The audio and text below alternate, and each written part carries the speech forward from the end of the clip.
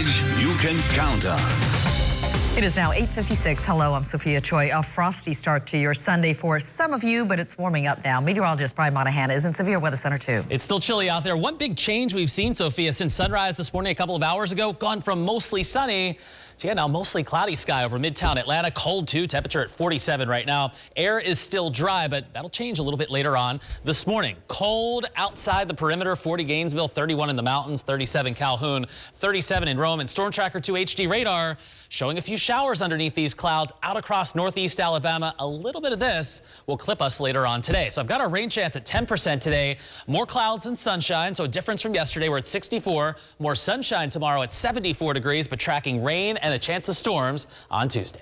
And now look at some of the stories we're working on for the second half of Channel 2 Action News Sunday AM. Police are looking for the person who killed a community leader.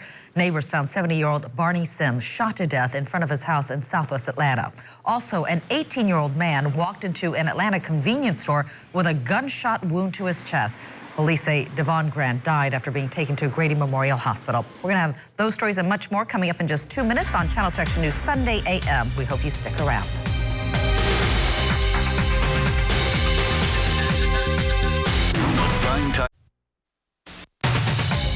Developing this morning, police are searching for the suspect who gunned down a prominent Atlanta man in his yard. He didn't just make an impact on this community, he made an impact on Atlanta. Neighbors describe the man's long list of accomplishments as police work to track down his killer. Plus, many of you are waking up to some chilly temperatures. A frost advisory for Metro Atlanta expired at 9 a.m. The timeline for a warm-up and when you can expect rain. Live, local, late breaking.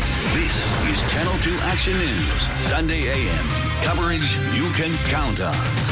Good morning. It's Sunday, April 10th. I'm Sophia Choi. A cold start to your morning. Cloudy out there, too. Meteorologist Brian Monahan is here with a look at your weather. Yeah, we first joined you at 6 o'clock this morning under a clear sky, and now just a complete change with that cloudy sky out there for us now. We're going to show you several of these views. They all look very similar right now. Here's Haralson County, Buchanan. Those clouds continue to lower in. Well, there's a little bit of rain showing up on Storm Tracker 2 HD radar. I'll show you that in just a second. First, let's deal with the cold. We had temperatures in the 20s a couple of hours ago in Blairsville. Bit of a warm up now. We're at 31 degrees, 42 in Gainesville, 47 in Atlanta. We're at 41 right now in Carrollton, coming out of the 30s into the mid-30s, into the mid-40s, I should say, right now. From Cherokee County over toward Cartersville, we're at 44 degrees right now. And here's Storm Tracker 2 HD radar. Little bit of sprinkle activity, a little bit of green showing up on the radar in northeast Alabama right now. That is along a warm front. Yesterday's cold front, it's turned right back around as a warm front. That'll give us the chance for a few sprinkles as we head through the afternoon. More clouds than sunshine, but warmer temperatures later this afternoon. Coming up in the next 15 minutes, updating this afternoon's highs, and we'll look ahead to a better chance of rain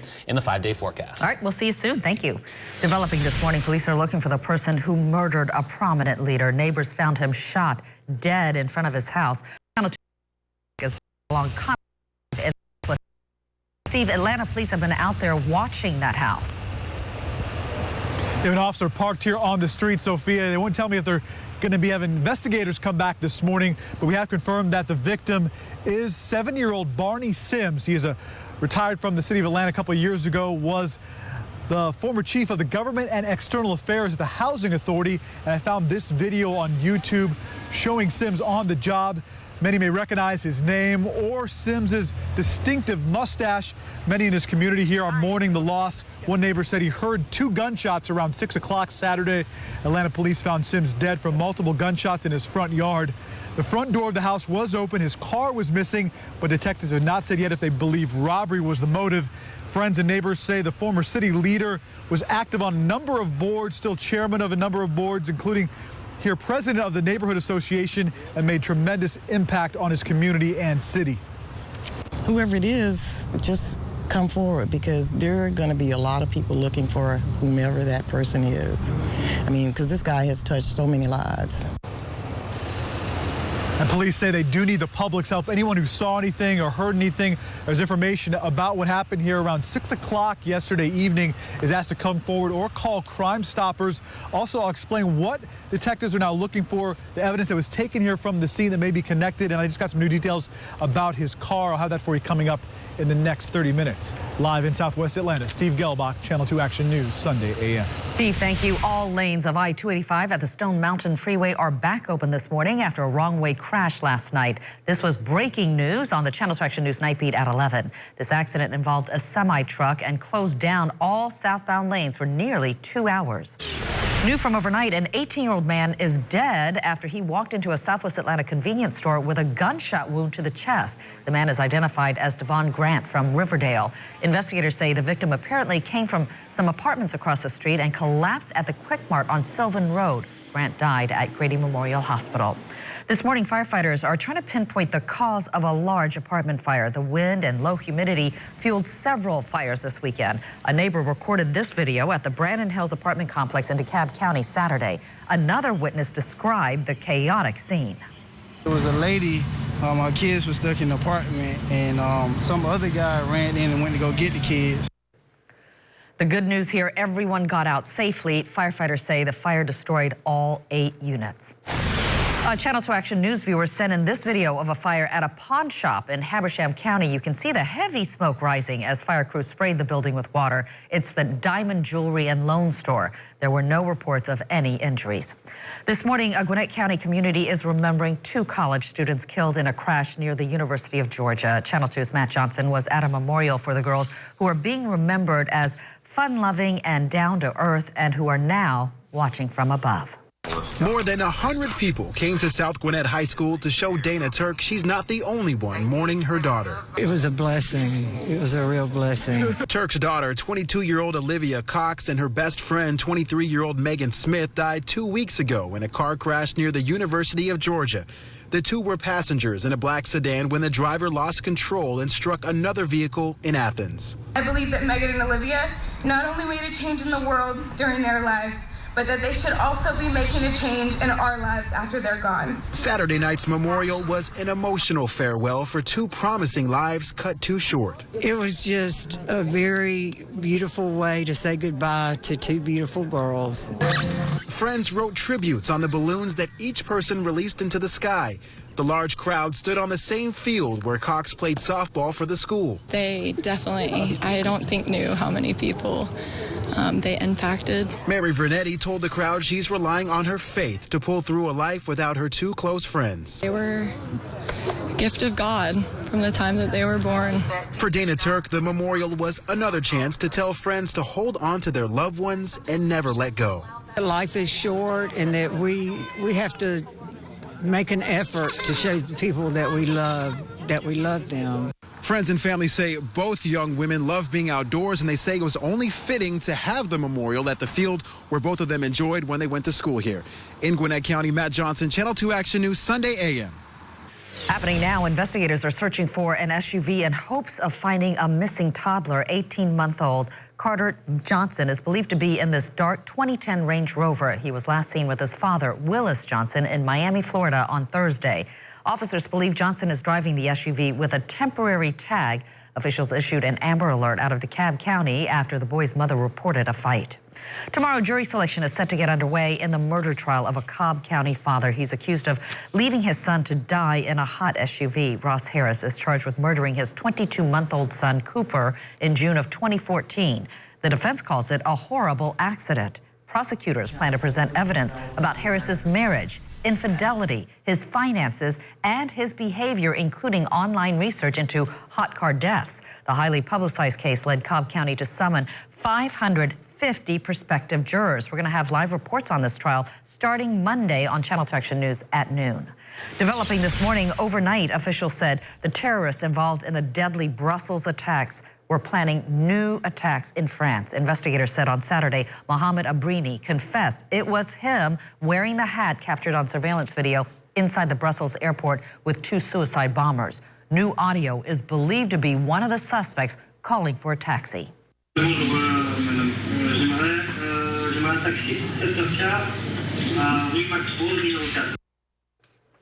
The 31-year-old Belgian was also the last known suspect of the November Paris attacks. He's now charged with terrorist murders and participation in a terrorist group.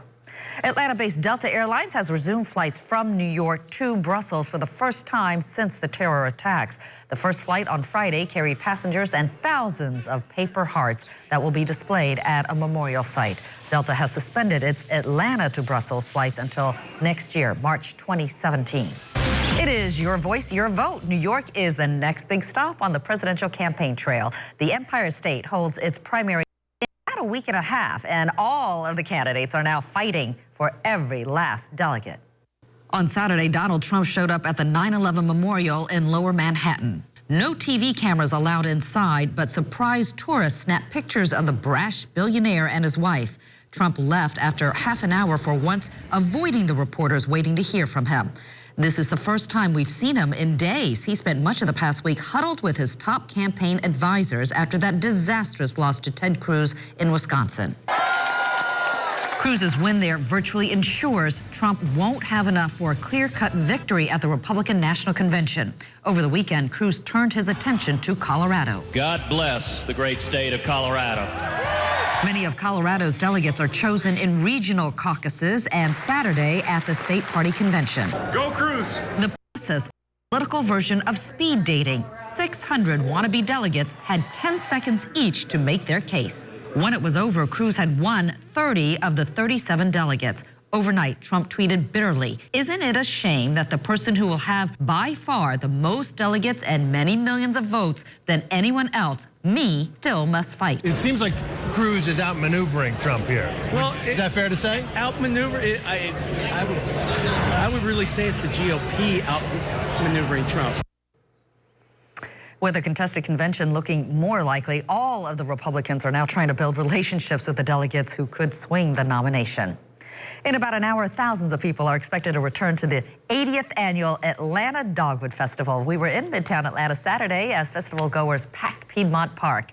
The three-day event is Atlanta's official kickoff to spring. Visitors enjoyed hundreds of artist booths, live music, and food. Today's festivities begin at 10 and run through 6 o'clock tonight.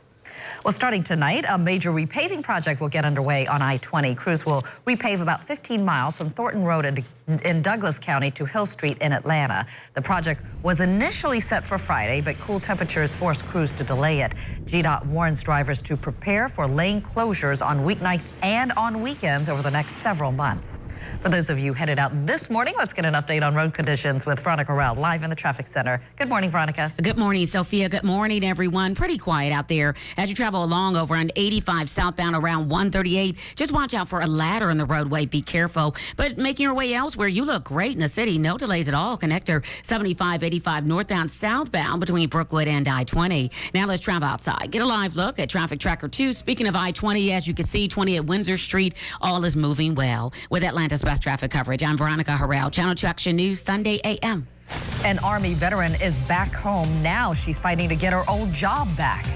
I really don't know why they put up such a fight to get me to, allow me to have those rights. Why the veteran says she was forced to take this battle to court. In the last 2 hours, we've gone from a mostly sunny to a mostly cloudy sky over Midtown Atlanta, and I'm tracking some showers on Storm Tracker 2 HD radar. What areas have the best chance of rain? Coming up. Plus, we heard from customers outraged after Honda double-dipped their bank accounts for car payments. Many drivers may not even know it. I felt actually robbed, very vulnerable. The confusion for customers who may now find they are overdrawn.